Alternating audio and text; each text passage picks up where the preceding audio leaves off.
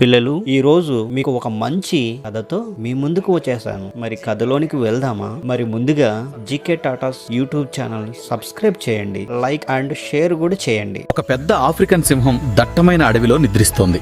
అప్పుడు ఒక చిన్న పొలం ఎలుక అక్కడికి వచ్చి తెలియకుండానే సింహంపై ఆడటం ప్రారంభించింది. నిన్నిప్పుడే చంపేస్తాను.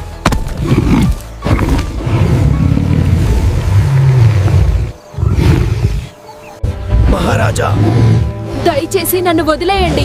మీకు ఏదైనా ఆపద వస్తే నేను ఖచ్చితంగా సహాయం చేస్తాను ఇంత చిన్న ప్రాణివి, నువ్వు నాకేం సాయం చేస్తావు?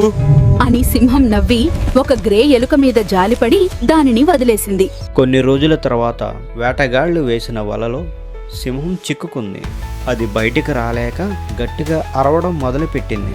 ఆ అరుపు విన్న ఎలుక పరిగెట్టుకుంటూ అక్కడికి వచ్చింది. వెంటనే తన పదునైన పళ్ళతో వలని కొరికి సింహాన్ని కాపాడింది. సింహం ఎలుకకు కృతజ్ఞతలు చెప్పింది. అప్పటి నుంచి అవి రెండు మంచి స్నేహితులుగా మారాయి. ఈ కథలో నీతి, చిన్నవారని ఎవరిని తక్కువ అంచనా వేయకూడదు. ఆపదలో ఆదుకునేవాడే నిజమైన స్నేహితుడు.